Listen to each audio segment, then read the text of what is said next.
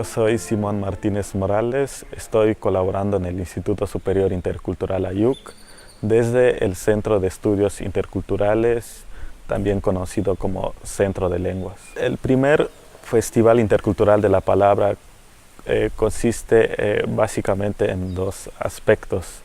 En primer lugar, hacer una reflexión a nivel institucional, es decir, incluye docentes y estudiantes, ¿no? Para reflexionar sobre la capital importancia de las lenguas indígenas, tanto de las que se hablan aquí, tanto de las que existen a nivel nacional, por un lado, y por el otro hacer vínculos con otras instituciones educativas para generar otros procesos de enseñanza-aprendizaje de las lenguas.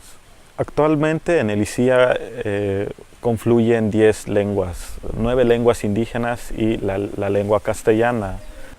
Los estudiantes provienen de diferentes regiones, ¿no? Tanto del estado de Oaxaca como de otros estados, ¿no?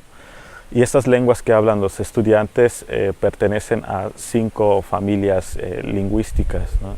Entonces eso representa una riqueza para la universidad y por lo tanto surge, ¿no? Como esta necesidad de darle atención, y atención me refiero como a que se vaya trabajando tanto en la enseñanza de la lectura, tanto en la enseñanza de la escritura, y al mismo tiempo haciendo reflexión, ¿no? Sobre la importancia, por qué se tiene que trabajar la lengua, ¿no? Además, la lengua viene enmarcada en el plan de estudios, ¿no?